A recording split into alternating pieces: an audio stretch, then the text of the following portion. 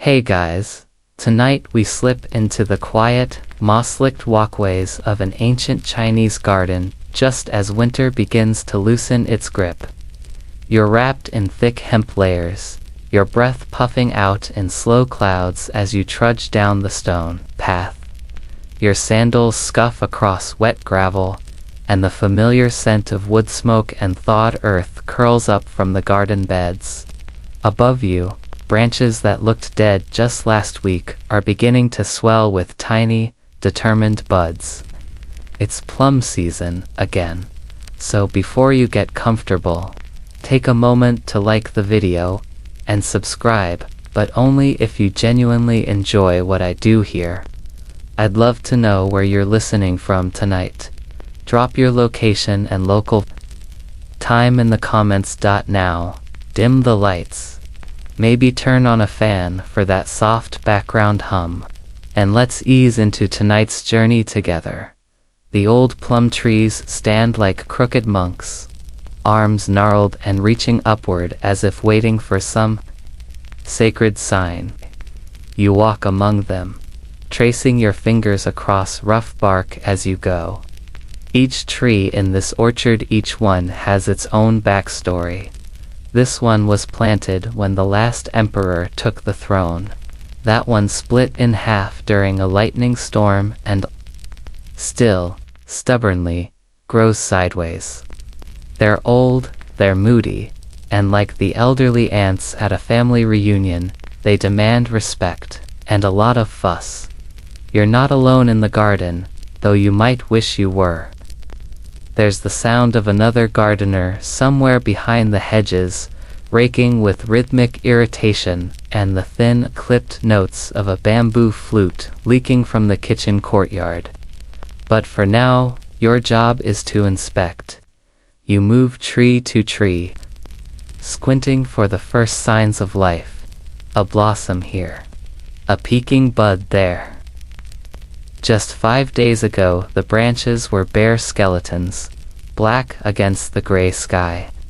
Now, some are showing those tightly curled buds, their edges tinged pale green and delicate pink. You catch yourself grinning, just a little. It's starting. The plum blossom is no ordinary bloom. In ancient Chinese culture, it's one of the chrysanthemum, plum, orchid, bamboo, and chrysanthemum, the symbolic darlings of poets and painters. It's the only flower brave enough to show up before spring, while the snow still clings to mountaintops and the wind slices through. Your sleeves, plum blossoms unfurl with a sort of soft defiance. Historians still argue whether it was the Thames or Song dynasty that first elevated the plum blossom to this near-divine status. But you're just here to rake the mulch. Your breath comes out in long, slow huffs. You bend to clear some fallen branches and spot a sheer first real bloom of the season. One perfect, 5-petaled flower trembling slightly in the breeze. You crouch down, forearms on your knees, and stare at it like it just whispered a secret. It's tiny, white, with a buttery yellow center. You half expect a Confucian proverb to hover above it like a speech bubble. Instead, a breeze picks up, rustles the sleeves of your robe, and carries away the moment. You've been in this garden for 8 years now. Long enough to know which tree gets jealous if you prune its neighbor first. Long enough to predict the exact day the blossoms will burst open by the way the air smells. And long enough to know that this quiet lull before the blooming chaos is the only peace you'll get until after harvest. A time to breathe, to touch soil without scrambling, to let the early sun find your back and warm your shoulders. For a change, still, you don't get sentimental for long. Not with chores like these. You wander toward the storage shed, dodging a low-hanging branch and tripping on the same root you trip on every single year. It's basically tradition at this point. Inside the shed, it still smells like vinegar-soaked bamboo from last year's antifungal disaster. You grab a handful of straw cord, a few hand tools, and your notebook, a wood-backed tablet covered in wax for marking blossom progress. The estate's record-keeper says he doesn't trust memory. You say you don't trust wax in the rain. But here you are, scratching tiny lines with a dull stylus. The air grows a little less icy as you work. You brush back leaves, sweep mulch into neat skirts around the trunks, and check for winter damage. Some trees are cracked.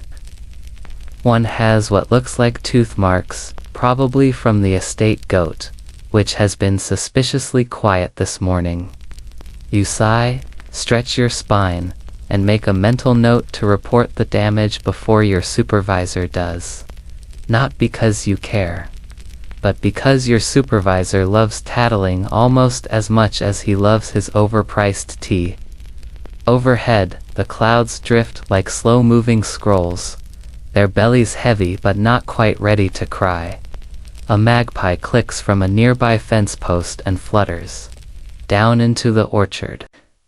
According to superstition, magpies bring good luck if they land on the right tree. This one chooses the tree you accidentally overpruned last autumn. You groan softly. Well, that figures. There's comfort in the rhythm of this work. You know exactly what comes next. In 2 days, you'll be spraying a sulfur and ash mixture on the bark to ward off pests. In a week, you'll be stringing red paper charms from the branches in time for the Plum Blossom Festival. For now, though, it's you, the trees, and the cold, patient hush of a garden just barely waking up. You find yourself humming something old and tuneless, and your feet shuffle a bit in rhythm as you rake around the base of the oldest tree in the orchard. They say it was planted by a retired scholar who came to this estate to grow nothing but plums and regrets. You believe it. The thing leans like a crooked cane and drops sour plums even when nobody asks it to. But still, every year it blooms. First and boldest. That counts for something. You straighten up slowly, your back cracking just enough to remind you that you're not 20 anymore. The light's shifting, stretching longer over the stones, and your stomach growls faintly. Plum season is beginning, and though the trees won't shout about it, their buds have already started whispering. And you're listening. You wake before the birds do. Again, the sky outside is still a solid block of charcoal, and you can see your breath even from under your blanket. There's that moment, a cold hesitation where you ask yourself if getting up is really necessary. But you already know the answer. The plums don't prune themselves. So you roll to your side, muttering something impolite about frost, and swing your feet down onto the floor with a slap that even your neighbor 2 doors over probably heard. The courtyard stones are slick with dew as you shuffle toward the tool hut. You've wrapped a second scarf around your neck, but it's not helping much. Your fingers go numb the second you touch the iron latch. You've tried warming your hands with your breath, under your armpits, even sticking them briefly into a steaming rice pot once, but nothing really fights that bone-deep chill of early plum season. The cold settles in and stays, like an uninvited in-law. Inside the hut, you light a small oil lamp. The shadows scatter, revealing rows of neatly hung tools and baskets stacked like squat drums in the corner. You select your pruning shears, which haven't been sharpened since last spring, and make a sound like a cranky cricket every time they close. You also grab the pouch of resin paste made from tree sap, fermented plum skin, and a bit of lima thick. sticky concoction that smells like sour wine and makes your nose wrinkle. It's supposed to seal trimmed branches, keeping bugs and blight at bay. Mostly, it just sticks to your hands for days. You head back out, rubbing your eyes with your sleeve, and step into the groves once more. It's still dark. The silhouettes of the plum trees loom like dancers frozen mid-performance, their limbs outstretched against the dim sky. You squint at the nearest tree and see someone forgot to clean up the fallen branches. Probably Liu. He always disappears when there's manual labor and reappears when it's time for tea and compliments. You get to work. The pruning shears click, sticky from yesterday's paste. Snip, snip, snip. The rhythm is familiar, almost soothing except when your fingers cramp and you have to pause. Shake out your hands and press your palms against your thighs for warmth. You lean in close to examine each branch. The older trees are fragile. Trim too much, and they sulk for the season. Trim too little, and they drown in their own leaves come spring. This one has a stubborn knot near its base, a swollen scar from some old injury, and you run your hand over it like checking the pulse of an old friend. You scrape a patch of lichen off a lower branch, noticing the silvery streaks of early frost. It glitters in the half-light, pretty but ominous. Frost at this time can damage buds just as they start to wake. Historians still argue whether early frost patterns influenced the plum bloom rituals during the Southern Song dynasty, but you're more concerned about whether this tree's going to make it through the week behind you. Someone sneezes, you jump, nearly dropping the shears. Morning, mumbles Zhu, the youngest gardener, his hair still mashed flat on one side like he slept on a rice paddle. He drags a basket behind him, yawning like a cat who didn't do any of the dishes. You're late, you say without looking. He shrugs and offers you a plum candy he probably stole from the kitchen shrine. You take it, chew it, and immediately regret it. It's sour enough to pucker your whole face, but it does wake you up, sort of. The light slowly creeps across the orchard as you continue pruning. Pale gold rays stretched between branches, highlighting buds like tiny lanterns. You work tree to tree, balancing on stones, crouching under low limbs, and occasionally banging your shin into something hard and invisible. The cold gradually retreats, replaced by the warmth of movement and mild frustration. By midday, your sleeves are damp with sap, your knees ache, and there's a faint layer of dirt on your lips from where you keep biting them in.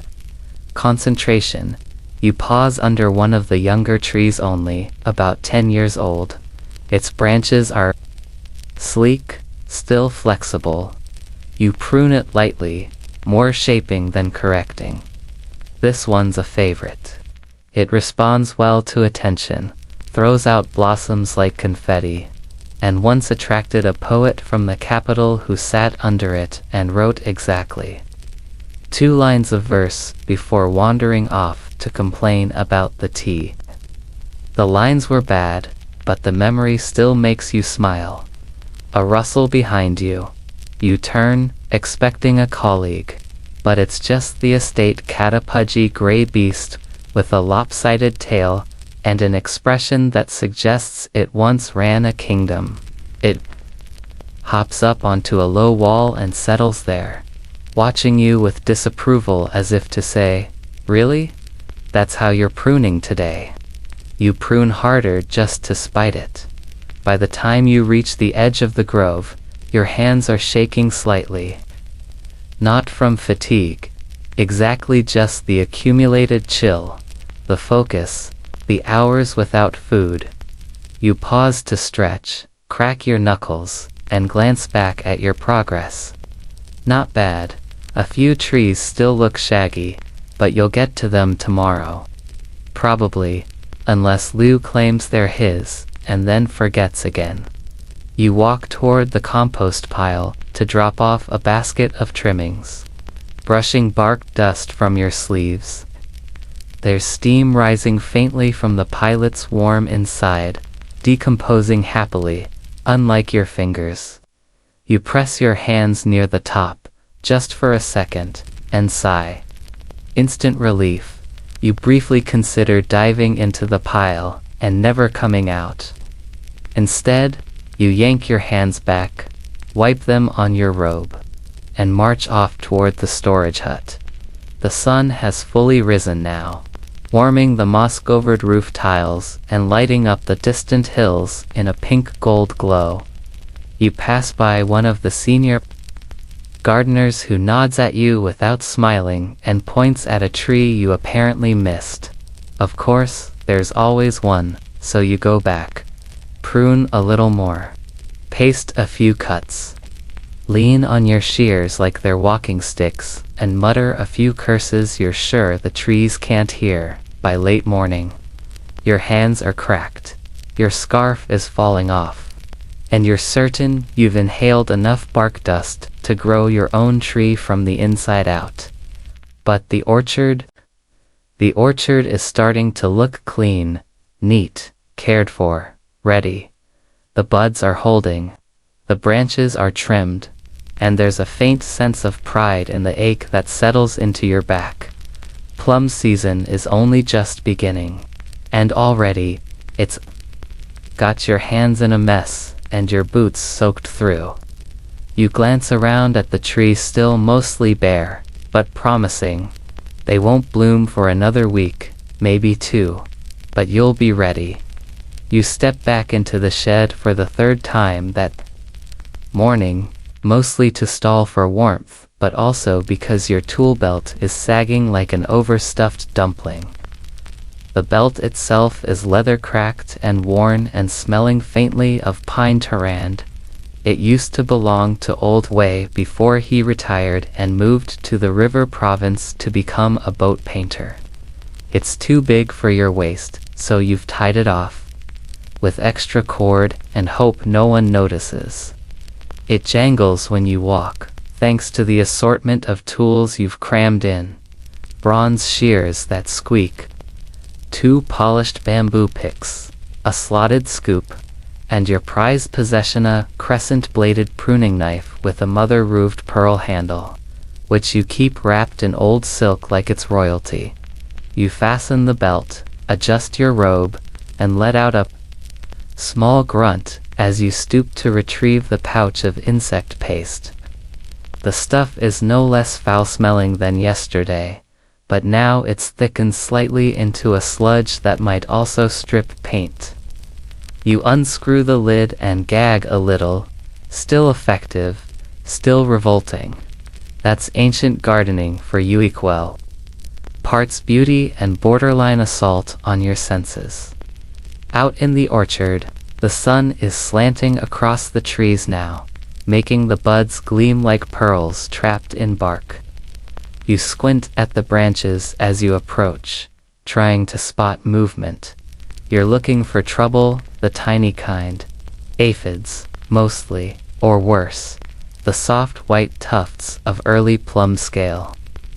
You examine a low-hanging branch and, sure enough, find a beetle nestling against a fresh bud like it paid rent. You reach into your pouch, smear a fingertip with the paste, and dab it directly onto the beetle's little hiding spot. It smells so strongly of fermented plums and lime that you swear your eyebrows twitch. Next tree. Same check, bark buds, underside of the branches. Wipe, smear, repeat.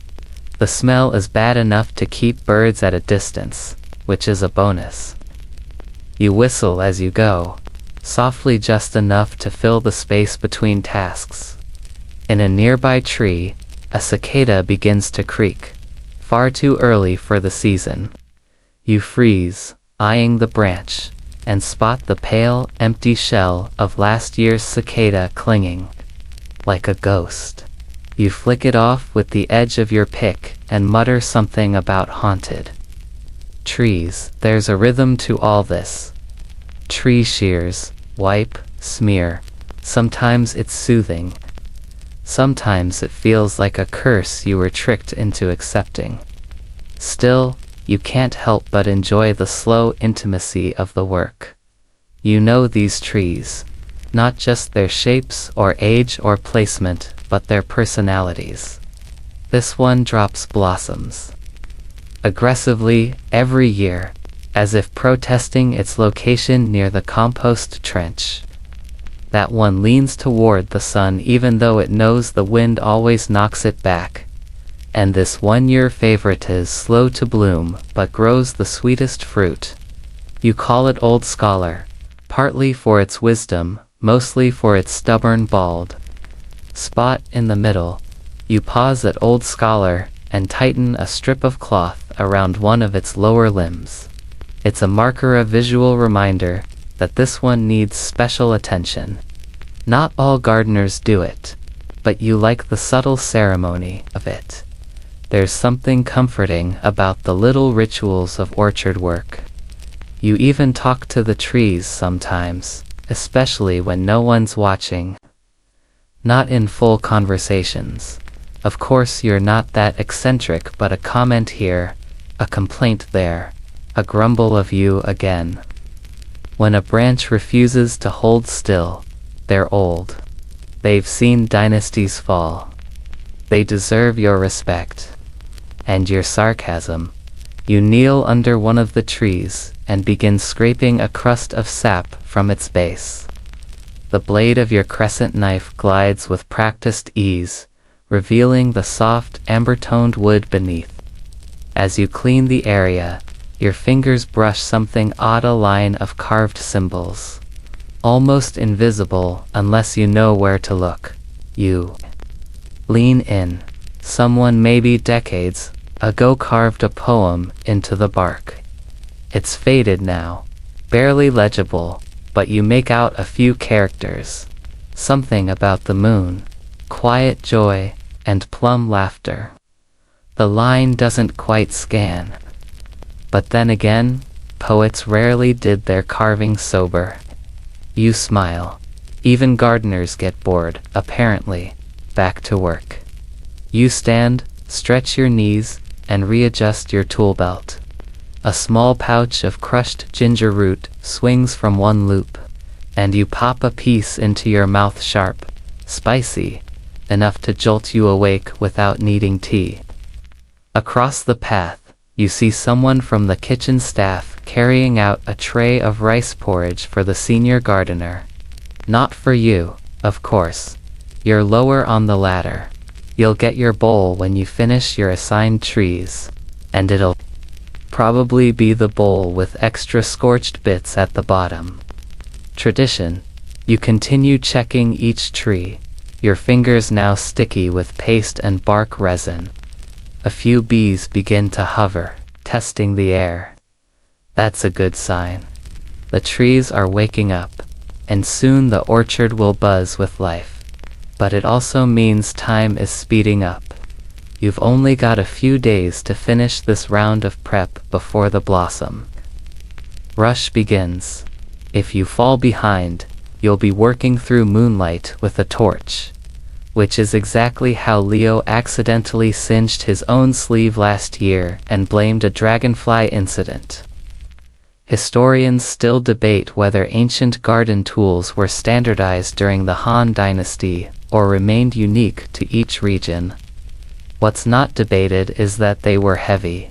You hoist your shears again, feeling every ounce, and get back to trimming the higher branches. You use your bamboo pick to gently nudge one shoot into a better angle, then tie it loosely with silk thread. Not for support, for shaping. If the branch grows just right, it'll bloom outward like a fandand.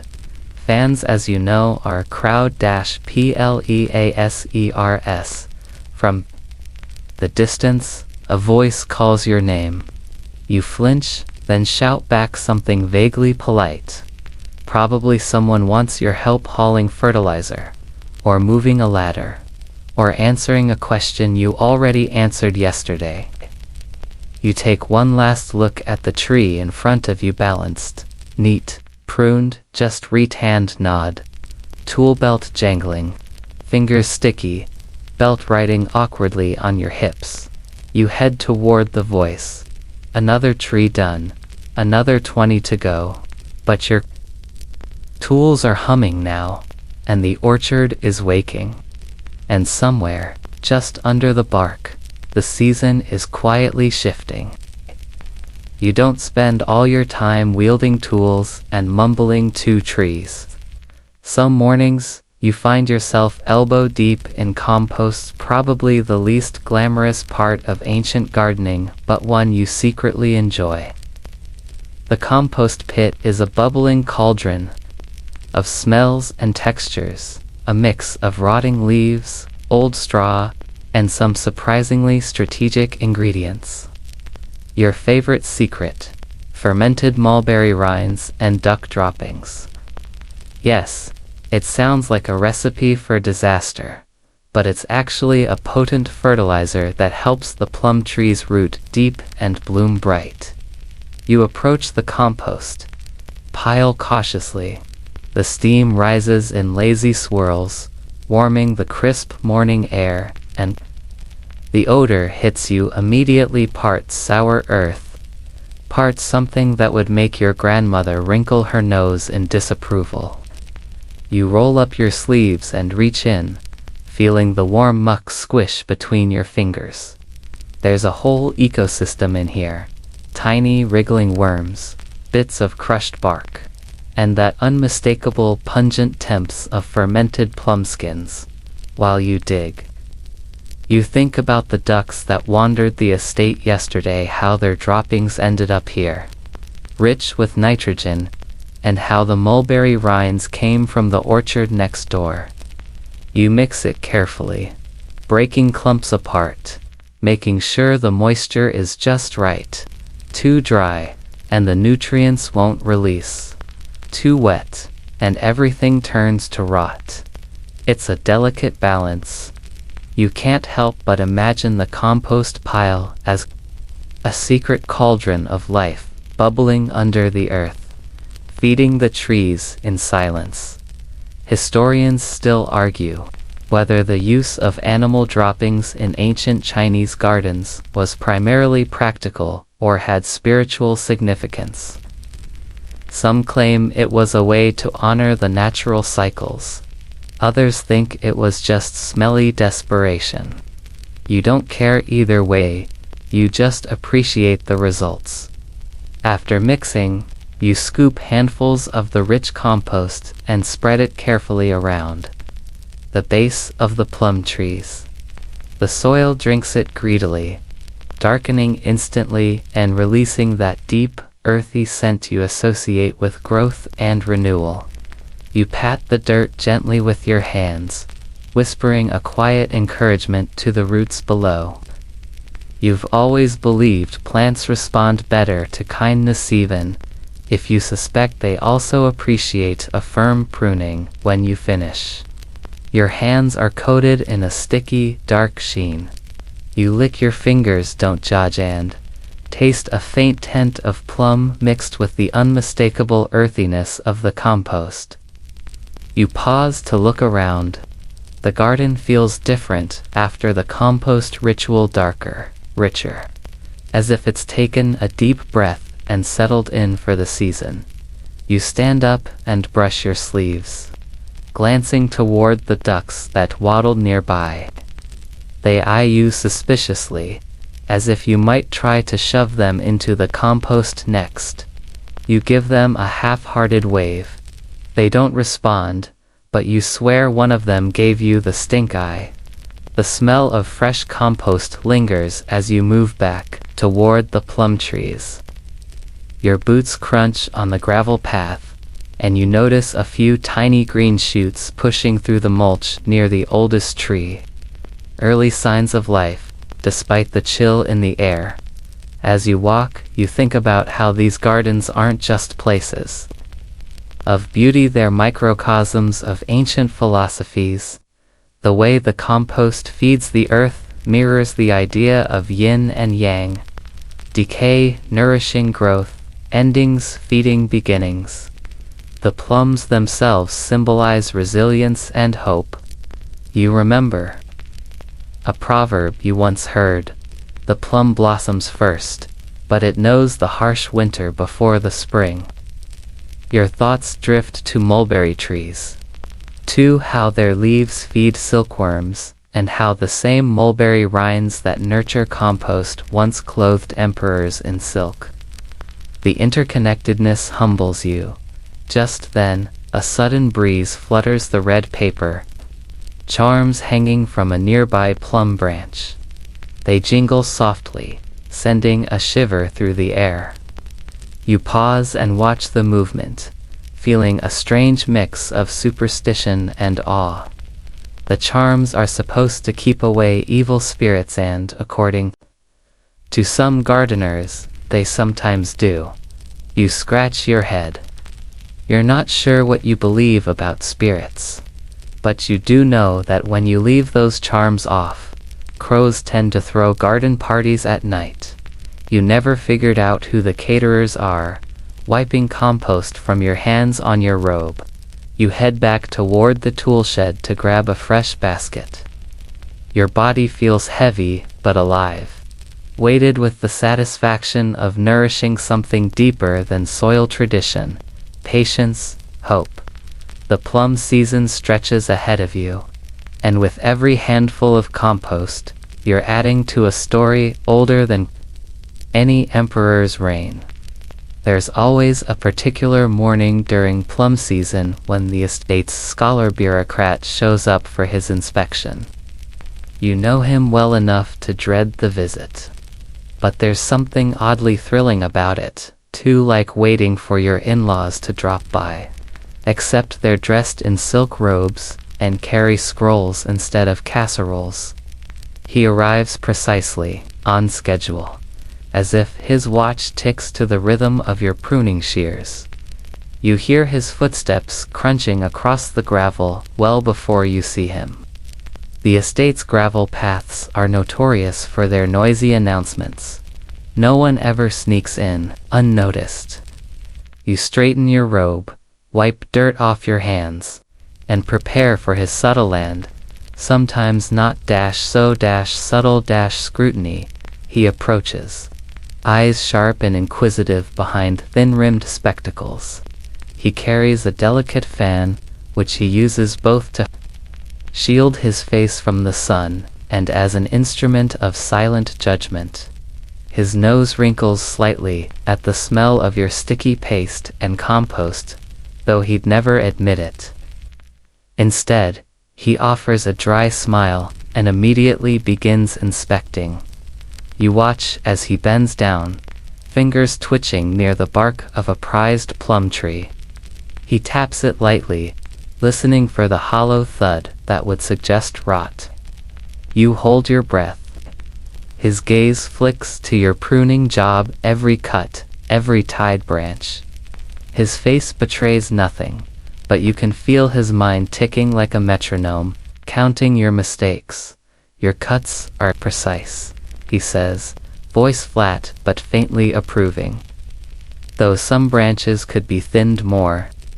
You nod, biting back the urge to explain that thinning is a daily debate among gardeners, and one that has fueled many a heated tea-time discussion. Instead, you say, "Yes, sir. I will address them immediately." He then pulls out a small notebook, bamboo slats tied together, and jots down a few notes. You catch a glimpse, something about bud vitality and soil moisture levels, probably code for not impressed enough. There's a tense moment as he peers under your fingernails. No, seriously. The old inspection ritual includes this bizarre quality check, presumably to detect if you've been working hard or slacking off. You flash him a dry smile, trying to appear innocent while feeling your hands cringe at the close examination. It's like a medieval version of a workplace drug test. Instead of substances, it's dirt. He shifts his attention to the orchard floor, pointing out a patch where mulch is thin and the soil looks dry. This area, he intones, may invite pests. Increase vigilance. You nod again. I will attend to it today. As he moves on to the next tree, you exhale quietly. Inspections like this aren't just about the health of the garden. They're subtle performances of power, protocol, and prestige. The bureaucrat's notes influence everything from your pay to which trees get tended by senior gardeners. It's a delicate dance, and you're glad you've learned the steps. Later, you overhear whispers from the other gardeners. They speculate on what the inspector really thinks, guessing at his favorite tree and whether he enjoys plum wine or prefers chrysanthemum tea. Some claim he's secretly a poet himself, while others say he can't tell a plum blossom from a peach.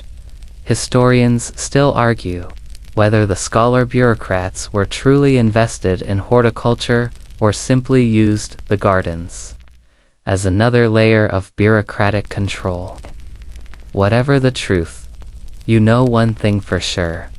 Every plum you prune feels like a silent protest against the endless inspections. When he finally departs, your body slumps with relief. You brush dust from your sleeves and stare at the trees as objects of duty, more as allies in this endless game. The bureaucrat's footsteps fade down the path, and for a moment, the orchard breathes again. You pause, catching a sudden whiff of plum blossoms carried on the wind. It's faint but unmistakable, promise of spring hiding just around the corner. You don't get much time to dwell on the bureaucrat's visit before the garden's social season kicks into gear. The older gardeners gather under the tea pavilion, their voices low but sharp with rivalry, and you find yourself reluctantly drawn into the swirl of plum tree gossip and garden politics. It's a quiet battlefield, with bets placed on whose tree will bloom first and whispered accusations flying about watering habits. Liu from West Orchard is the favorite target, mostly because he's been caught overwatering twice and blaming it on the weather. You sidle up with your teacup, pretending you're just passing by, but you know better. You've been part of this undercurrent for years now. Gardeners aren't just caretakers of trees, they're custodians of reputation, guardians of legacy. Each tree carries the pride of its keeper, and bragging rights to the earliest bloom can elevate you above the humblest raker. One gardener points discreetly at a twisted old plum that's stubbornly pushing out fat buds, despite being near the compost heap. That one's got spirit, he says. Probably too stubborn for its own good, just like its owner. You smile faintly, knowing he means you. It's a compliment and a complaint all rolled into one. The conversation turns to watering schedules, with heated debate over whether early watering encourages premature blooms or just wastes precious water. Some swear by the ancient method of collecting dew with broad leaves and letting it drip slowly onto roots, a method you suspect was invented when someone ran out of buckets. As the chatter grows, an unexpected topic surfaces: the mysterious disappearance of certain plum blossoms last year. Some gardeners whisper that mischievous spirits are to blame. Others suspect human interference and unseen hands snipping buds before inspections to sabotage rivals. You keep your thoughts to yourself, but recall seeing a pair of red-cloaked figures near the garden gates late at night once. Coincidence? Perhaps. Despite the gossip, there's a strange camaraderie in these exchanges. You learn who's reliable, who's prone to exaggeration, and who tends to steal the best pruning spots. Garden politics may be petty, but it's also the glue that binds the community. You pour yourself another cup of tea, feeling the warmth seep into your fingers. Outside, a gentle breeze stirs the plum branches, and you swear you hear them whispering secrets of blossoms past, and those yet to come. Historians still argue whether ancient Chinese gardeners deliberately cultivated competition to spur better blooms, or if it simply evolved naturally from human nature. Either way, you're caught in the middle, pruning and sipping, listening to the undercurrent of ambition beneath the plum petals. As the tea session winds down, you glance at the stretching thin, light filtering softly through. The garden waits tense with possibility, and you know the bloom race will start soon enough. You rise, ready to face the orchard again, fingers twitching to the rhythm of the garden's secret conversations. And then one quiet morning, as you slide open the wooden panel that leads into the southeast corner of the orchard, you stop in your tracks. The first blossom has opened. Not a fanfare, not a burst, but a single, pale petal cupping the sky like it's tasting the weather. Before inviting the rest, you lean in, careful not to breathe too hard, as if the motion might scare it back into its bud. It's your tree-year-old gnarled one by the compost heap, the one everyone gently mocks.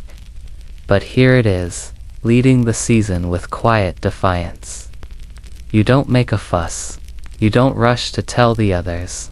Instead, you kneel beside it and whisper a thank you, your fingers resting lightly on the cool soil. The tree, stubborn and creaky, seems pleased with itself. You stay with it for a long time, just watching, letting the wind tug your sleeves while the orchard hums faintly with unseen movement. By noon, the news has spread anyway. You hear Lou muttering behind a hedge. Probably cheated. Sprayed something warm on the roots. He grumbles to no one in particular. Another gardener accuses you of artificially shading the buds to trick them into blooming early. You just nod politely, sip your tea, and let them talk. Trees don't lie. Of course. The opening of the first blossom triggers a flurry of rituals. A junior attendant brings out the inkstone, and you make a delicate sketch of the bloom on rice paper, part of the garden records. Every year, the first blossom is logged, its position marked, its shape described with as much poetry as horticulture allows. You struggle for the right words. A lonely whisper against winter, you finally write. The court scribe will decide later whether that's too dramatic. Once word reaches the city, the trickle of guests begins. At first, it's just a few curious nobles in wide silk sleeves, murmuring praises and asking when the full bloom will come. You walk them along the path slowly, offering little stories about each tree, their quirks and histories. Some guests listen. Others nod politely while scanning for better photo opportunities with their painters. But your favorite visitors are the elderly ones who move slowly and ask questions like, "Do you talk to the trees?" You always answer yes. As more blooms appear, you slip into your gentle routine. Wake early, walk the orchard, note each new blossom, sweep the paths, listen to the murmuring bamboo. The rhythm becomes its own music, quiet, predictable, oddly intimate. You speak to the trees as you work, muttering about weather, teasing them about their uneven progress, thanking them for each bloom, and sometimes you swear they listen. The officials return, of course. They arrive in better robes this time. Their scrolls fuller, their questions sharper. One of them asks how you managed to produce a first bloom so early this year. You reply truthfully, I left it alone. He doesn't believe you. He jots something suspicious on his parchment and mutters about investigating alternative techniques. You nods. You've learned that resistance only invites longer visits. As blossoms spread from tree to tree, the garden shifts. It becomes lighter, like the air is scented with laughter, even if none is spoken aloud. The plum trees aren't in full bloom yet, but they're getting there, and the anticipation is a fragrance all its own. The color palette deepens pale whites, dusty pinks, a few daring purples. You walk the garden in the late afternoon light, counting petals on the breeze, brushing fallen ones from the stone paths. A soft kind of happiness curls in your chest, the kind that doesn't need to be spoken aloud, the kind that only trees and time understand. Evening comes with a hush. You sit near the tea pavilion and watch shadows lengthen across the orchard. The trees seem taller in this light, older, wiser. You think of the old gardeners who once sat here before you, whispering secrets, judging blooms, sipping quietly. You wonder if one day, someone will sit here and remember your tree. The stubborn one. The first one. A breeze rustles through the branches, and a dozen blossoms loosen and drift toward you like snow. You don't move. You let them settle where they will, letting the orchard mark you, as it always does, in its gentle, silent way. The season moves slowly, like warm syrup, sliding across porcelain. You feel it not in the temperature, but in the weight of the silence, deeper, more contemplative. Each morning now, more trees have bloomed. You begin to lose count. The orchard is no longer a quiet collection of expectant limbs, but a chorus soft pink murmuring. When you stand in the center path, the petals flutter around you like snow, like breath, like time itself gently exfoliating the day. This is when the dignitaries arrive. They come with guards, scribes, umbrellas, attendants, and questions, too. Many questions. They step too loudly on the gravel. They talk while walking. You wince when a young soldier leans on one of the saplings for balance, as if it were a handrail, but you say nothing. You guide them to the viewing platform and begin your practiced speech. The plum, you say, is not famous for its fruit, but for its defiance. She blooms when others sleep. She blooms even as frost still clings to stone. You say this. Every year and every year, someone in silk murmurs, ah, as if struck by the profundity. You do not correct them. You do not mention that some trees only bloom out of habit. The dignitaries stay longer than expected. They want to see the legendary tree, the one that bloomed first. You lead them slowly down the winding paths, past the whispering bamboo and the koi pond where the water is still too cold for movement.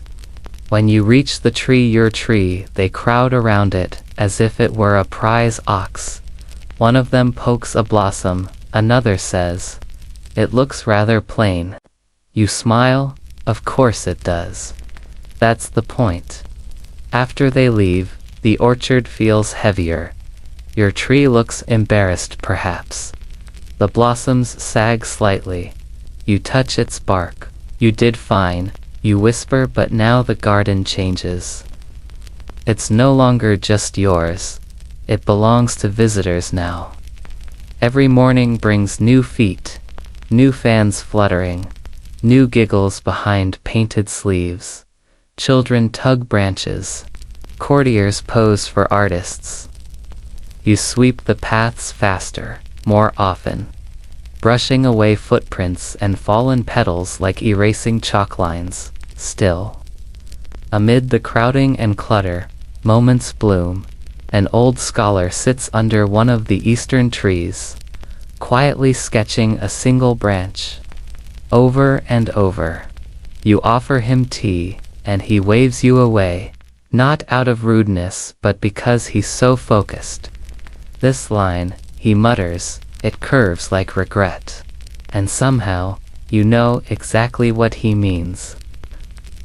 A woman drops her silk pouch. When you hand it back, she says, I come here every year. I lost my brother in the north. He planted a plum like this before he left. I think of him when they bloom. You don't know what to say, so you bow deeply, and she nods in gratitude. Moments like these root you to the orchard more firmly than any ceremony ever could.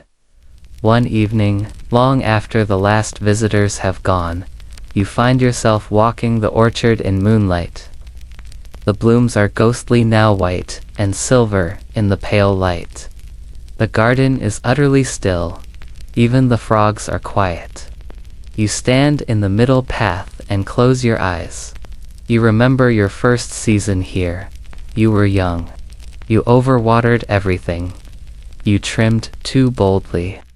You thought silence was something to be filled. Now, you understand. Silence is the soil that holds the roots of patience. You kneel at the base of your tree, letting your hands press into the earth, still warm from the day. The blossoms above rustle faintly in the breeze. You wonder how long you'll get to do this. You wonder what the garden will look like when your hands are too weak to dig. But for now, your fingers are strong. The orchard listens. And the petals keep falling not as endings, but as quiet beginnings, drifting endlessly across paths you have swept for years, and will sweep again tomorrow. The rains return not all at once, not in a roaring downpour, like those tales told in town, but as a long, thoughtful mist that lingers for days. The orchard becomes a place of gentle dripping, of puddles that reflect sky and blossom, of quiet leaves hanging heavy with memory. You adjust your sweeping rhythm, learning to guide the water away from the roots, to shelter the younger trees. With straw skirts and wide banana leaves brought from the southern slope. Each morning your robes dampen at the hem. The gravel paths turn soft, almost sponge-like. Still, you walk them. Still, you sweep. The rains do not erase the need for order. They merely rearrange its steps. Moss creeps in around the edges of stones. You let it. Moss is soft, forgiving. It does not crack like ice or sting like sun. It hums in a tone your feet come to recognize. In these weeks, visitors slow, the dignitaries vanish, replaced by locals with no fans, no attendants, just cloaks pulled tight and bamboo umbrellas borrowed from temple gates. They come not to perform reverence, but to share it. An old couple walks the outer path each morning, always in silence. They nod when they pass you. You nod back. Words would be unnecessary, even rude.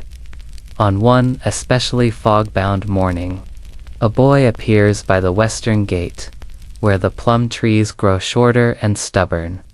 He watches you for some time, barefoot, hair matted, holding a reed flute. When you offer him rice wrapped in leaf, he accepts without thanks. Sitting beside you beneath the sheltering lean of a wide branch, he does not speak, not that day nor the next. But he returns.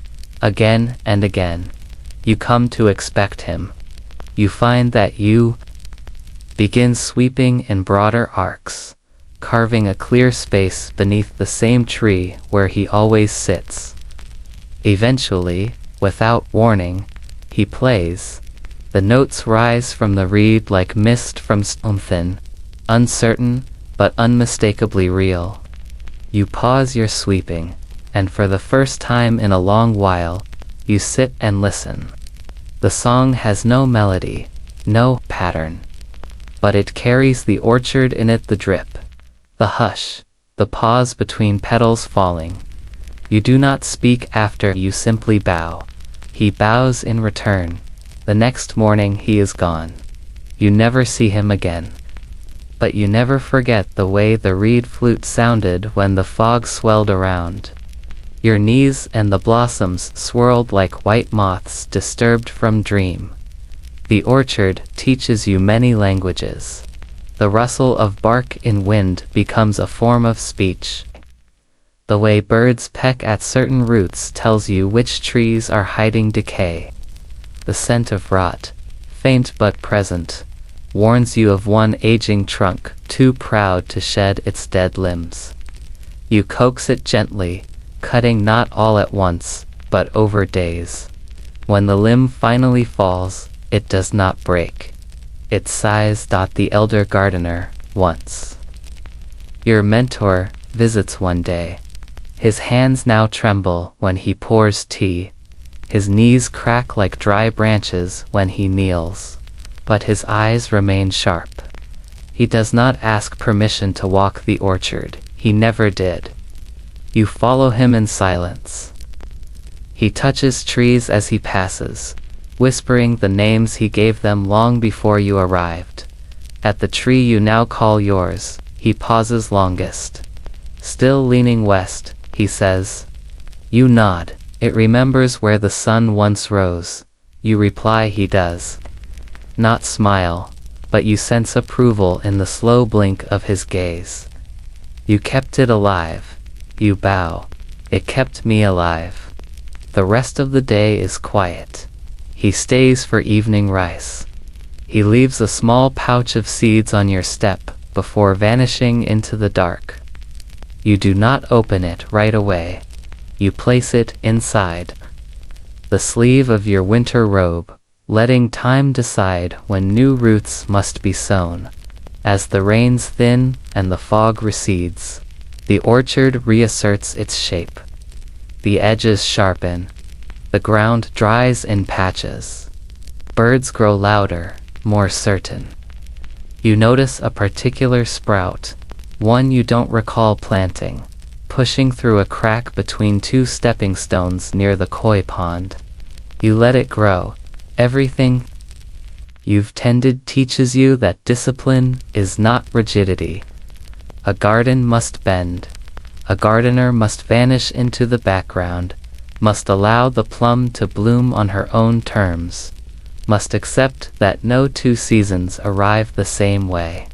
You drink tea alone, more often now, but not out of loneliness. The garden fills the silences. You know each sound it makes. Even in stillness, there is story. One night, as you watch the moon hang above the trees slightly off-center, slightly warmer than usual, you whisper aloud, I am still here. You say it not to mark endurance, but gratitude. The orchard does not answer. It doesn't need to. The first cicada calls feel distant at first, as if echoing from a time before your bones knew the shape of these paths. They sing from the tops of trees you once watered by hand, their branches now thick and private. Their shrill song marks the turning gay pivot from spring's quiet wetness to the summer's dry certainty.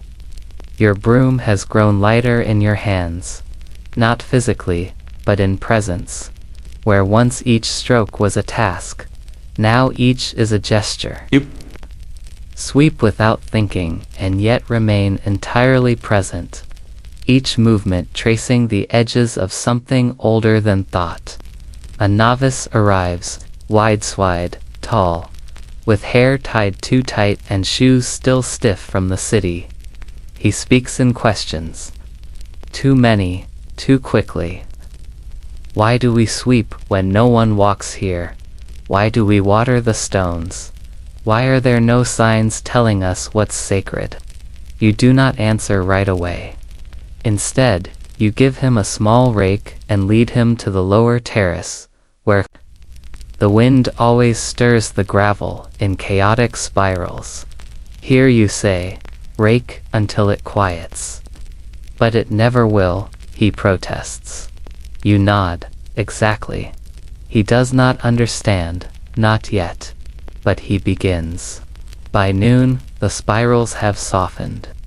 By dusk, he stops asking questions and starts listening to the way gravel shifts under the rake's teeth. He remains there long after you've returned to the higher path, and when you pass that way again, the next morning. The terrace bears his signature, Evan hopeful, sincere. You do not correct it. The garden does not demand perfection, only sincerity. You sweep nearby in a wide arc, letting the novice's effort remain untouched. He sees you from a distance, but does not wave. He simply bows from afar. It is enough, the evenings stretch. Now, long and warm, fireflies blink among the undergrowth, like thoughts left unwritten. You light no lamp. The orchard glows with a rhythm all its own. There is a mulberry tree short and squat, never quite symmetrical, that begins to drop. Fruit in clumps. The birds love it. You gather what they leave behind, not to eat, but to lay at the feet of the ancestor shrine near the western bend. The juice stains your fingers. You do not wash it away quickly. It reminds you that this place, for all its quiet, is alive. One morning, you find a branch fallen, heavy, split right through, curled in on itself like a sleeping fox. It belongs to the third tree you ever pruned, a tree that once fought you with every leaf. You sit beside it, not out of grief, but memory. You remember the year it first bloomed properly, how the petals clung to its bark like shy confessions. You remember how the wind, that one rare spring, passed it over, as if in respect. You do not remove the branch right away. Instead, you sweep around it, letting the ants and beetles explore their new bridge. It becomes a resting place for a stray cat that begins to visit each dusk. A white one, with one ear torn, and a tail too proud for its limp. You name it nothing. It would be wrong to claim it. You merely leave it space. As weeks pass, the orchard becomes a rhythm you no longer conduct. You participate, yes, but as one might participate in breath or in dusk. The garden teaches patience by offering none. It unfolds how it pleases. You follow, broom in hand, heart held gently open. There is a sound you begin to crave, the slow drip from the wellstone near the bathhouse. One drop every few minutes. A reminder that even the stillest stone leaks story. Some days, you sit there with a bowl of rice and a cup of tea, counting the intervals between drops. You never make it far. Always, something interrupts: a bird, a rustle, a breeze carrying the smell of wood smoke or crushed mint. The other attendants now greet you with deference, but not distance. They've stopped asking whether you need help lifting the heavy buckets or climbing the ladder to trim the lantern vines. They've learned what you knew all along. The garden does not measure strength in muscle. It measures presence. A day comes when the abbot visits. Not in procession, not for inspection. Just him, sandals worn, robes patched. He walks the garden once, then finds you sitting beneath the plum tree, the Same one you've sat beneath for how many seasons now? You don't rise. You offer him tea. He does not speak for a long time. Then, simply, I dreamed of this place last night, but it was missing someone. You glance at him, a flicker of worry. You, he says, were not in the dream. You bow your head. Perhaps the garden is ready. The abbot does not answer. He merely sips the tea and watches the shadows grow longer. By the time he leaves, he says only, "Decide in your own time." The wind always tells us before it turns. You know what he means. You've known for weeks now. The stones beneath your feet no longer feel unfamiliar, but they also no longer ask for your steps. The trees bloom without waiting for your nod. The orchard does not need you. That is its final gift. You sweep the path that evening more slowly than usual, not from fatigue, but from reverence. You pause at each bend, placing a smooth stone at the base of every older tree, gesture you learned from no one, but which feels proper. The novice watches from a distance, unsure whether to help. You do not call him over. He must decide, as you did, whether to walk the path or wait beside it. The cat follows you partway, then curls into the crook of a root, and blinks slowly. The sky turns copper, then deep rose. You finish your sweeping at the gate. For now it's early evening, now in your long day among the groves. And you're trudging down a gentle path bordered by lantern-lit hedges. A breeze nudges plum blossoms overhead, and their scent clings faintly to your sleeves alongside a patch of pickled juice from your brief quality testing incident at lunch. No one talks much now. The gardeners around you walk with that slowed, mellow exhaustion that comes from hours of small, repetitive triumphs. A ripe plum plucked just in time. A smooth stone path repaired before sunset. A basket perfectly filled.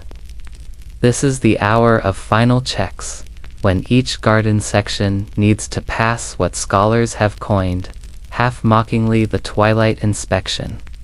You pass an older gardener who's crouched at the base of a crumbling wall.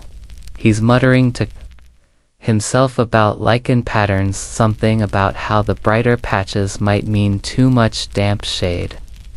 You nod, half listening, and continue past. The wall will probably be cleaned again tomorrow, then left to age once more. In ancient Chinese gardens, even decay is curated. This time of day, everyone walks their zone one last time. It's not an order, it's a rhythm, something deeply embedded in this whole plum season choreography. You, like them, have learned to scan with your eyes more than your hands now. Anything obviously wrong will be dealt with tomorrow morning. But tonight is about catching things that might be off. A broken stem that changes the whole balance of a bonsai corner. A misplaced stone that subtly throws off the path's feng shui alignment. A scent that's gone too sharp, or a lantern flickering unevenly. It's aesthetic housekeeping for the soul, and you're part of it. Historians still argue whether this final ritual was formalized into written guidelines or passed solely through oral teaching. Some evidence suggests Qingyera manuals made notes on end-of-day visual harmonization, but nothing definitive proves it was standardized across all gardens. Still, the pattern repeats across dynasties. Dusk strolls, half meditative, half meticulous. As you step beneath an old wooden arch, you hear distant bamboo flutes music drifting in from the scholars' quarters near the tea garden. Every plum harvest Musicians would be invited to play just before nightfall. Not loud, not festive, just soft enough to remind you that beauty is layered. It wasn't just about the look of a plum, but the mood of its ripening. Some head gardeners believed scent and sound could alter how fruit matured, especially in enclosed spaces. One even swore that music sped up late bloomers. And sure, maybe that sounds a little far-fetched, but then again, you've seen gardeners whisper to trees. And you've seen trees bloom faster after those whispers. So who's to say? You reach the North Plot, where wild-style plum trees were left to grow with minimal pruning. This section was controversial, even back then. Some scholars said it undermined the careful artistry of the rest of the garden. Others praised it as a necessary counterpointer reminder that nature wasn't meant to be chiseled to clean. One garden had a literal sign that read, "Mess invites mystery." No one ever agreed whether that was philosophical genius or lazy. Landscaping. Here, the plums are knobbier. The branches twist like they're mid-argument. And yet, in the low amber light, the whole place glows with a raw, untamed poetry. You find a fallen blossom stuck between two stones, and without thinking, you nudge it deeper in with your toe. It looks better there, more intentional.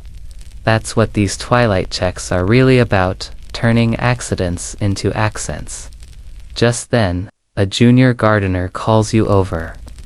He's panicking over a fallen lantern and a cracked bridge railing. You follow him down a path flanked by waist-high plum shrubs, offering little comfort. He's worried the lantern will spark something or the railing will collapse under tomorrow's foot traffic. Neither is urgent, really, but you help him fix both, quietly, patiently, because that's the game at this hour. You're not racing anymore.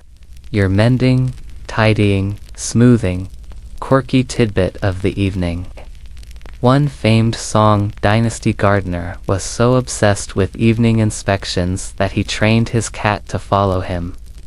Apparently, the cat would pause at energy-disturbed spots, prompting reasons. The cat became a legend, and eventually outlived the gardener by 8 years. Some say the feline continued the rounds alone every night, meowing at uneven rocks. You haven't seen any ghost cats yet, but tonight wouldn't be a bad time for one to show.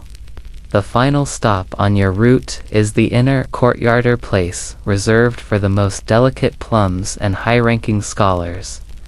The gardeners here whisper more than they speak.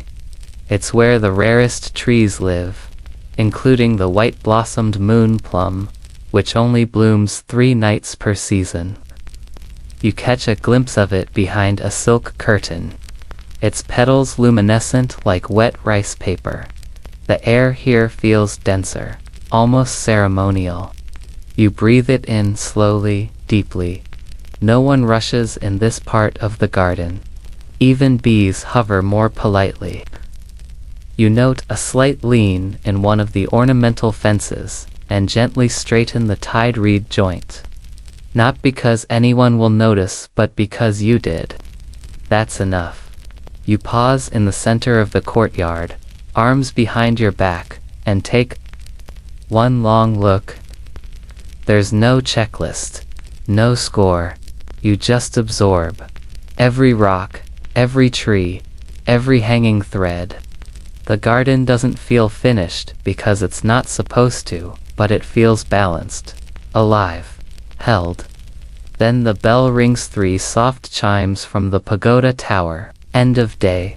Your shoulders loosen. You smile. You made it. Again by now.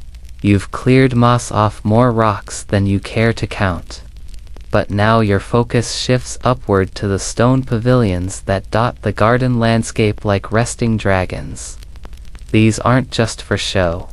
In the late plum season, when the fruit's scent lingers faintly and most of the harvest is done, pavilion maintenance becomes your quiet, careful task. And that means ladders. You're going up there. You climb a narrow wooden frame, worn smooth by decades of gardeners' hands. The top of the pavilion's sweeping tile-laced roof is littered with plum petals, bird droppings, and once forgotten sandal. You find yourself delicately sweeping, not scrubbing, as if afraid to disturb the whispered conversations trapped in the clay tiles. These rooftops were crafted to catch the wind and cradle it. It's said that when the wind sings through them during the first frost, the ghosts of old gardeners hum back in harmony. Historians still argue whether pavilion roofs were acoustically engineered on purpose, or whether it's just one of those charming architectural coincidences. Below, a few older gardeners sit in the shade, knotting bamboo for winter lattice and chuckling at your awkward balancing act. Don't drop anything but your pride. One calls up, as if that hadn't already been sacrificed long ago to the mud and mosquitoes. After the rooftop is cleared and the tiles are checked for cracks, your attention shifts to the eaves and beams. This is where the spiders throw their annual conventions. Their webs shimmer like ghost thread, and rather than tear them all down, you leave a few. In garden philosophy, some believe a healthy spider presence means balanced ki. One monk, even, wrote a treatise in the 12th century arguing that spiders kept away demon spirits by weaving watchful eyes. Others say he just really hated mosquitoes. In between swipes of your dust broom, you find etchings along a wooden beam. Just above your head, tucked near the join where pillar meets roof, are 5 carved characters.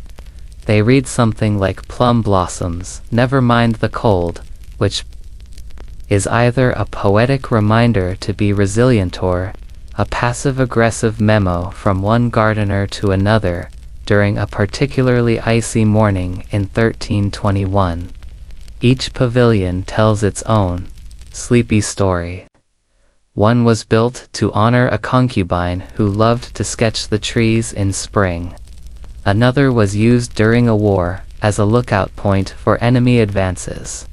A third, simpler one barely more than a thatched liant once hosted an emperor who fell asleep during a poetry reading. You don't blame him. Even in history, naps are irresistible.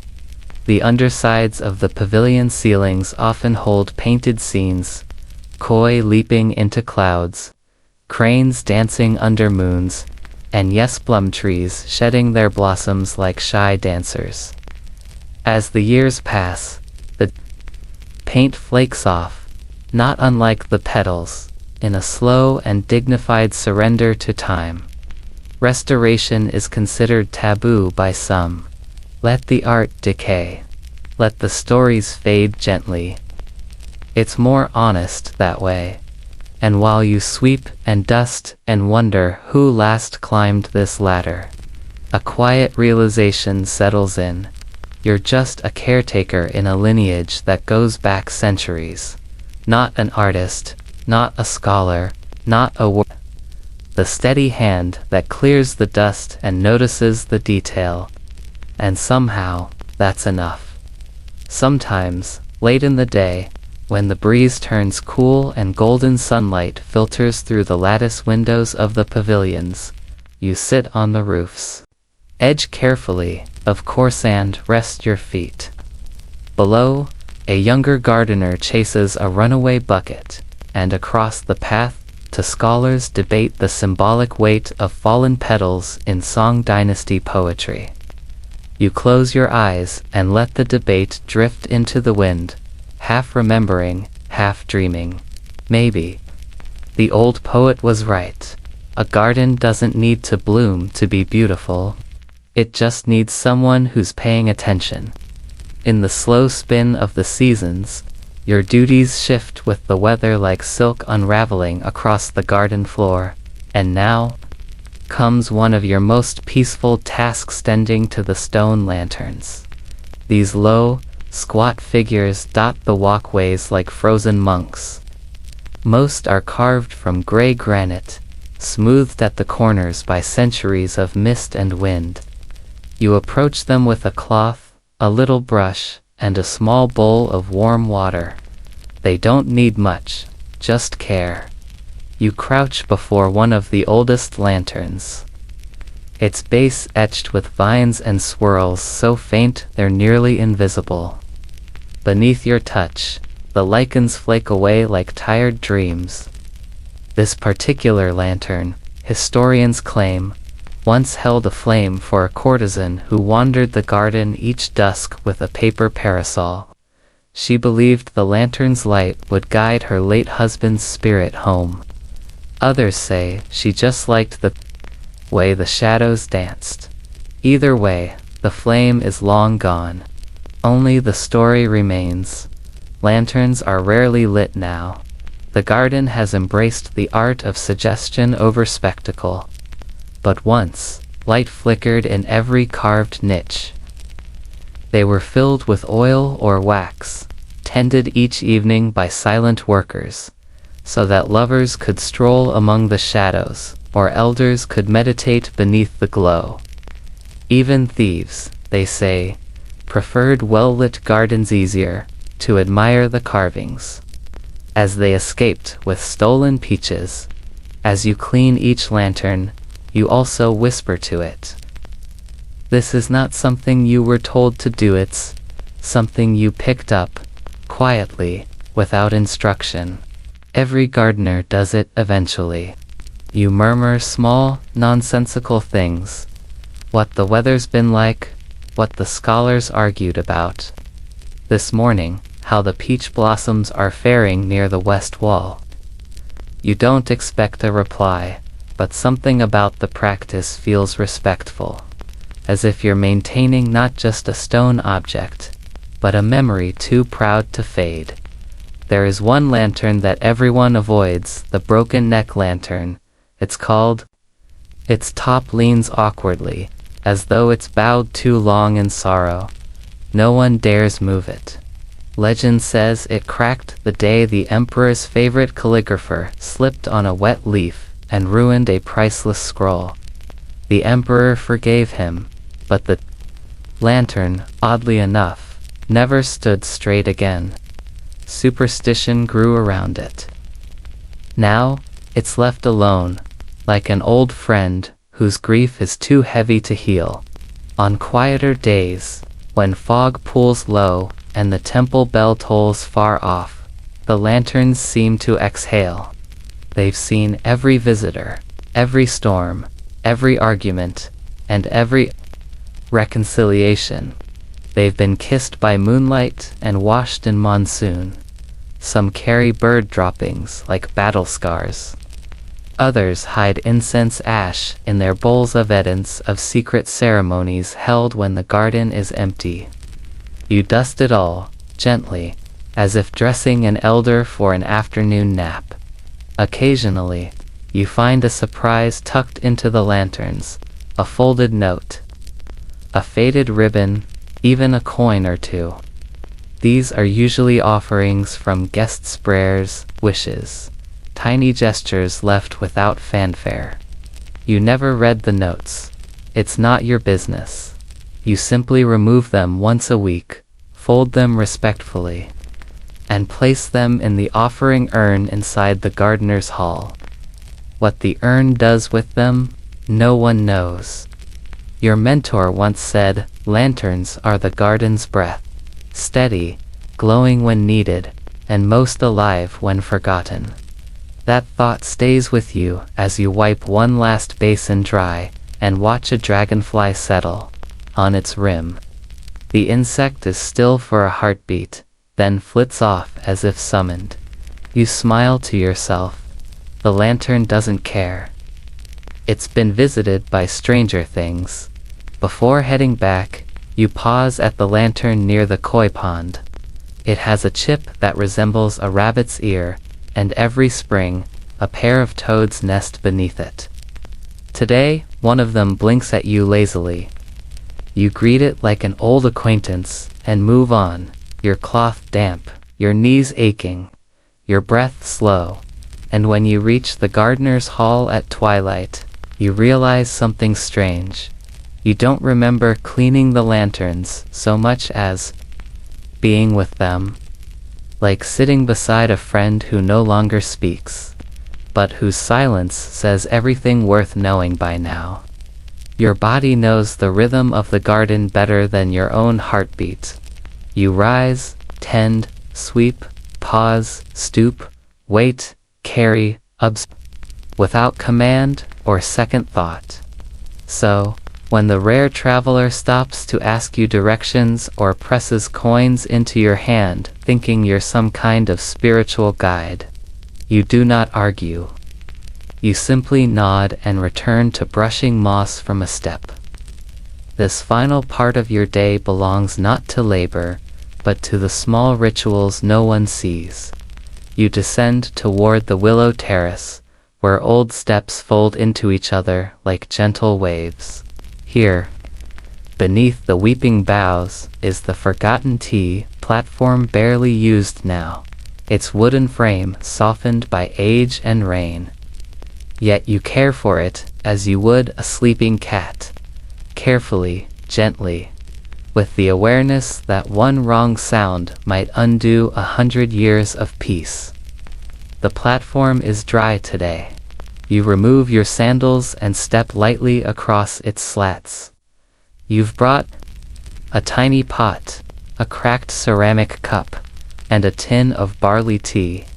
Nothing else. There is no ceremony, no guest, no music.